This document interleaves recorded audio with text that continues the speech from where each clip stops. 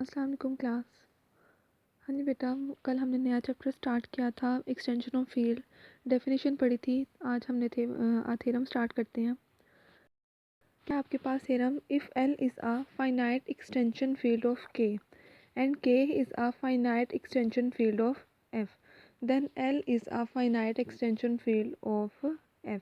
देखें क्या है आपके पास, एल जो है ना वो आपके पास फाइनाइट एक्सटेंशन है के की, ठीक है, यानी कि के की फाइनाइट एक्सटेंशन है, तो इस तरह से आ जाएगा, ठीक है।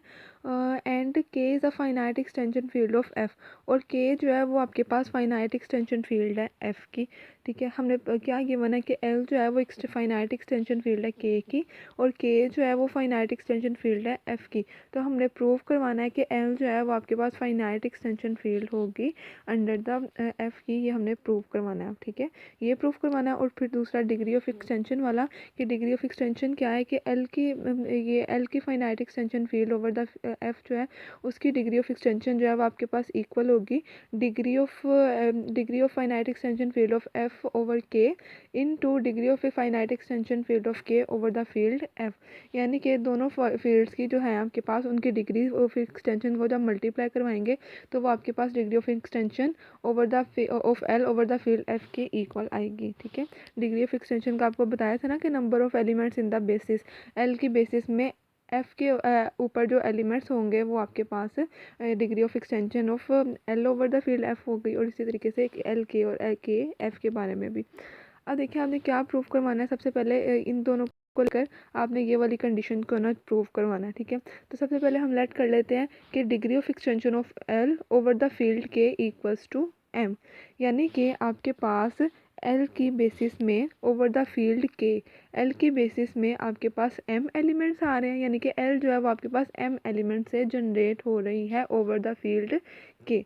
और इसी तरीके से आपके पास के की एक्सटेंशन के की degree of extension of over the field F जो है ना वो लेट कर लेंगे इक्वल है किसी एन के, ठीक है। यानी कि आपके पास के की बेस के अंदर एन एलिमेंट्स आ रहे हैं, के जो है वो आपके पास एन एलिमेंट्स से जनरेट हो रहा है ओवर द फील्ड एफ, ठीक हो गया। डिग्री ऑफ एक्सटेंशन लेट कर ली, पता चल गया। देखिए अब क्या है आपके पास, एल जो है वो आपके पास एम एलिमेंट से जनरेट हो रहा है, therefore there exist X one X two X three up to so on X M belongs to S L such that आपके पास बी वन जो है वो बेसिस बनाने होंगे एल की। वही बात जो मैंने आपको बताई है कि इसकी बेसिस की डिग्री ऑफ एक्सटेंशन एम है, तो एल के अंदर एम एलिमेंट्स एग्जिस्ट करेंगे जो कि एल की बेसिस बना रहे होंगे ओवर द फील्ड के, ठीक है, समझ आ गई। यहाँ पर बेसिस के अंदर क्योंकि डिग्री ऑफ एक्सटेंशन हमने एल ली थी तो बी वन लेट कर लिया जिसके अंदर एम एलिमेंट्स आ रहे हैं, एल के एलिमेंट्स हैं उसकी बेसिस बना रहे हैं M elements, B one basis कह दिया एल की, और field over the field of K. ये फील्ड बेटा आपके पास मैटर करती है क्योंकि हमने स्केलर्स जो है उसी फील्ड में से लेने होते हैं जिस फील्ड के ऊपर वेक्टर स्पेस या डिग्री एक्सटेंशन फील्ड जो है ना वो डिफाइंड है, तो इसलिए आपने ओवर द फील्ड के इस चीज़ का लास्ट में तौर पर ध्यान रखना। देखिए अभी हम थ्योरम करेंगे ना फिर आपको क्लियर होगा कि हम ये क्यों कह रहे हैं ओवर द फील्ड के ओवर द फील्ड एफ, इस तरीके से। देखिए अब यहाँ पर उसी तरीके से आपके पास के की बेसिस के अंदर एन एलिमेंट्स आ रहे हैं, similarly there exist y one y two y three up to so on y n belongs to K such that B two equals to y one y two y n is a basis for K. अब जैसे हमने कहा था कि के की degree of extension जो है वो एन है, तो इसलिए के की बेसिस में एन एलिमेंट्स आ रहे होंगे तो उसकी बेसिस के अंदर एन एलिमेंट्स ले लिए वाई वन वाई टू की फॉर्म में, और इसे बेसिस को बी टू का नाम दे दिया ओवर द फील्ड एफ के ऊपर, ठीक हो गई। बी वन जो है वो एल की बेसिस है के फील्ड के ऊपर, और बी टू जो है वो के की बेसिस है फील्ड एफ पर।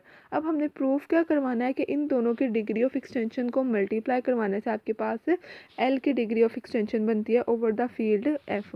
यानी कि अब हमने बेसिकली प्रूफ कर क्या करवाना है, देखिए एक्स बी वन के अंदर एम एलिमेंट्स हैं, बी वन के अंदर आपके पास एम एलिमेंट्स हैं और बी टू के अंदर एन एलिमेंट्स हैं, तो अगर हम इनके बेसिस का प्रोडक्ट ले लें बी के इक्वल रख लें, B equals to X I Y J, where I is from one to M and J is from one to N, यानी कि इसके सारे एलिमेंट्स को इससे मल्टीप्लाई करवाकर एक नई जो बेसिस बनी है उसे हम बी का नाम दे दें।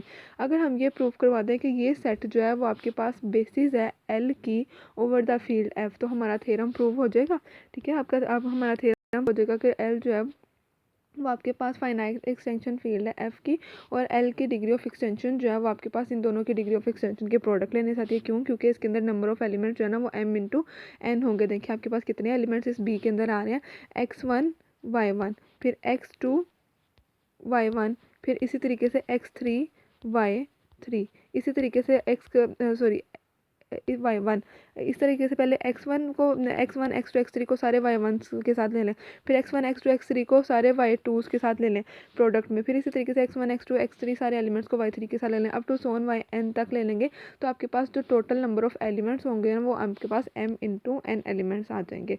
ठीक हो गया। अब देखिए यहाँ पर हमने प्रूव करवाना है कि ये जो b है वो आपके पास l की बेसिस है ओवर द फील्ड f।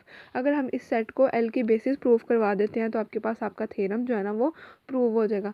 ठीक है। अब बेटा थ्योरम आपको पता है बेसिस प्रूव करवाने के लिए आपने वेक्टर स्पेस में पढ़ा हुआ है कि किसी सेट को अगर हमने बेसिस प्रूव करवाना हो तो उसके लिए दो कंडीशन होती है, लीनियरली इंडिपेंडेंस और स्पैनिंग की। ठीक है कि यानी कि ये सेट जो है वो एल को स्पैन कर रहा हो ओवर द फील्ड एफ और ये सेट जो है ना ये आपके पास लीनियरली इंडिपेंडेंट हो जाए तो फिर वो सेट बेसिस बनता है। तो यहाँ पर भी बी को बेसिस प्रूव करवाने के लिए दो कंडीशन ही प्रूव करवाएंगे, स्पैनिंग वाली और लीनियरली इंडिपेंडेंस वाली। ठीक है। तो देखिए कैसे स्टार्ट करते हैं। अब देखिए आपको पता है कि के जो है वो फाइनाइट एक्सटेंशन फील्ड है एफ की और एल जो है वो फाइनाइट एक्सटेंशन फील्ड है के की। तो आपके पास यहाँ से डायरेक्टली आ जाएगा कि आपको F contained in K contained in L, therefore x I belongs to K implies x I belongs to L. यानी कि अब के जो है वो क्योंकि एल जो है वो के की ही फाइनाइट एक्सटेंशन है तो आपके पास जो है वो के जितने भी हम एलिमेंट्स लेंगे वो सारे के सारे एल में भी बिलोंग करते होंगे। ठीक है कि एक्स आई अगर हम के में से कोई एलिमेंट लेते हैं तो आपके पास वो एलिमेंट जो है ना वो एल को भी बिलोंग करता होगा। Thus X I belongs to K and Y I belongs to L implies x I into Y I belongs to L. अब क्यों ये के जो है वो क्योंकि आपके पास फील्ड्स बना रही हैं तो आपको पता है फील्ड्स में मल्टीप्लिकेटिव लॉ जो है ना वो होल्ड करता है। यहाँ पर क्या है कि अगर आप के किसी एलिमेंट जो कि एल का भी एलिमेंट है तो एल के एक एलिमेंट को अगर एल के किसी दूसरे एलिमेंट से मल्टीप्लाई करवाएं तो दोबारा एलिमेंट एल को ही बिलोंग करेगा ना। ठीक हो गया। तो यहाँ पर देखें आपके पास क्या आ जाएगा, यहाँ पर एक्स आई वाई जे जो है वो बिलोंग कर जाएगा एल से फॉर ऑल आई एंड जे। यानी जितने भी ये एलिमेंट्स प्रोडक्ट की फॉर्म में आ रहे हैं ना ये सारे के सारे एलिमेंट्स तो एल के ही होंगे। क्यों? क्योंकि आपके पास यहाँ पर देखें के और एल के एलिमेंट्स है ना, के और एल के एलिमेंट्स हैं तो के भी सारे एलिमेंट एल में ही कंटेन करते हैं। तो इसी तरीके से आपके पास जब दो एल के एलिमेंट्स को प्रोडक्ट लेंगे तो वो भी आपके पास एल के अंदर ही कंटेन करेगा। अब देखें ये तो प्रूव हो गया कि आपके पास ये बेसिस के अंदर जितने भी एलिमेंट्स आ रहे हैं ना वो सारे के सारे एलिमेंट्स एल के अंदर से ही हैं। अब हमने इन्हें बेसिस प्रूव करवा देना। ठीक है। अब देखें क्या आ जाएगा यहाँ पर पहले फर्स्ट प्रॉपर्टी प्रूव करवाते हैं कि बी जो है ना वो आपके पास एल को स्पैन करता है over the field of F. अब कैसे स्पैनिंग की कंडीशन बेटा कैसे प्रूव होती है कि अगर आपके पास स्पैनिंग तब होगा अगर आपके पास ये सेट बी जो है ना अगर आपके पास एल का हर एलिमेंट सेट बी के एलिमेंट्स के लीनियर कम्बिनेशन की फॉर्म में लिखा जा सके। स्पैनिंग की कंडीशन वही होती है ना कि अगर हम एल का कोई भी एक एलिमेंट ले लें और वो आपके पास इस बेसिस के एलिमेंट के लीनियर कम्बिनेशन की फॉर्म में लिखा जा सके और अब इस लीनियर कम्बिनेशन में जो हमने स्केलर्स लेने हैं ना वो फील्ड एफ में से लेने हैं। तो फील्ड एफ के स्केलर्स के लीनियर कम्बिनेशन की फॉर्म में अगर आपके पास लिखा जा सके सेट बी मतलब कोई एल का कोई भी एलिमेंट तो आपके पास ये प्रूव हो जाएगा कि एल जो है ना वो बी जो है वो एल को स्पैन कर रहा है। अब देखिए क्या करना है, एल के किसी एलिमेंट को लीनियर कम्बिनेशन की फॉर्म में लिखना है तो लेट कर लेते हैं ए बिलोंग्स टू एल। ठीक है। कोई भी एक एलिमेंट ए ले लिया। अब क्योंकि बी वन जो थी वो आपके पास एल की बेसिस थी ओवर द फील्ड के। ठीक है। ये ऊपर हमने लेट किया हुआ है कि बी वन जो है वो एल की बेसिस है ओवर द फील्ड के। तो अब आपके पास यहाँ पर एल का हर एलिमेंट अब बी वन क्योंकि इसकी बेसिस है एल की ओवर द फील्ड के तो आपके पास एलिमेंट स्केलर्स एग्जिस्ट करेंगे के अंदर। क्या एल का हर एलिमेंट जो है वो इस फील्ड के एलिमेंट्स के स्केलर बेसिस एलिमेंट्स के स्केलर मल्टीप्लिकेशन के लीनियर कम्बिनेशन की फॉर्म में लिखा जा सके। ठीक है। ये कंडीशन याद है ना। क्या किया आपने, ए और ये एल की बेसिस ओवर के फील्ड के ऊपर। अब के फील्ड के ऊपर बेसिस है तो हमने ये जो स्केलर्स लेने हैं ना वो के में से लेने हैं। ठीक है। तो हम ए को इस तरह से लिख सकते हैं alpha 1x1 plus alpha 2x2 plus alpha 3x3 up to so on alpha m x m। ए जो है वो अब आपके पास इस लीनियर बेसिस बी वन के लीनियर कम्बिनेशन की फॉर्म में लिख लिया। ठीक है। अब देखिए आपने ये जो स्केलर्स लिए हैं alpha 1 alpha 2 up to so on alpha m के में से लिए हैं ना और हमने पीछे पढ़ा है कि के की बेसिस जो है ना वो आपके पास b2 है।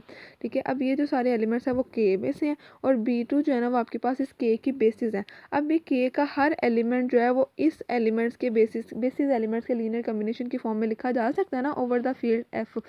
ठीक है। देखिए हम यहाँ पर भी यही कर लिया, के पहले हमने क्या लिखा, B1 की बेसिस 1 की डेफिनेशन यहाँ पर यूज़ की और फिर उसके बाद बेसिस 2 की, के बेसिस के डेफिनेशन यहाँ पे यूज़ कर लेनी है। अब के का हर एलिमेंट अल्फ़ा 1 जो है वो भी y1 y2 की yn की फॉर्म के लीनियर कॉम्बिनेशन की फॉर्म में लिखा जा सकता है, अल्फ़ा 2 भी, अल्फ़ा 3 भी, up to so on alpha m भी। तो अब आपने क्या कर लेना, यहाँ पर स्केलर्स एग्जिस्ट कर जाएंगे। अब यहाँ पर क्योंकि पहले एक सबस्क्रिप्ट हम पहले यूज़ कर चुके हैं तो यहाँ पर अब डबल सबस्क्रिप्ट यूज़ कर लेते हैं, bi1 bi2 bi3 up to so on bim belongs to the field f such that कि आपके पास अल्फ़ा 1 जो है वो अल्फ़ा i जो है वो इक्वल होगा bi1 y1 bi2 y2 bi3 y3 up to so on bin yn।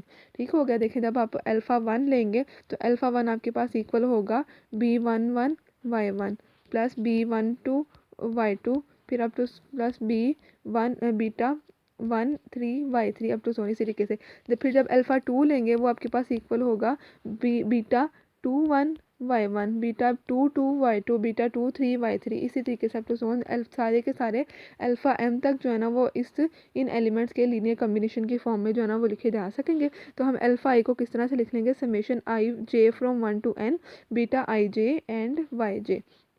ठीक हो गया। इसे इक्वेशन नंबर 2 का नाम दे दिया। अब हमने क्या करना है, इक्वेशन नंबर 2 से जो अल्फ़ा की वैल्यू आई है अल्फ़ा आई की वो इक्वेशन नंबर 1 में पुट कर सकते हैं। इक्वेशन नंबर 2 से वैल्यू निकाल के इक्वेशन नंबर 1 में पुट कर दी।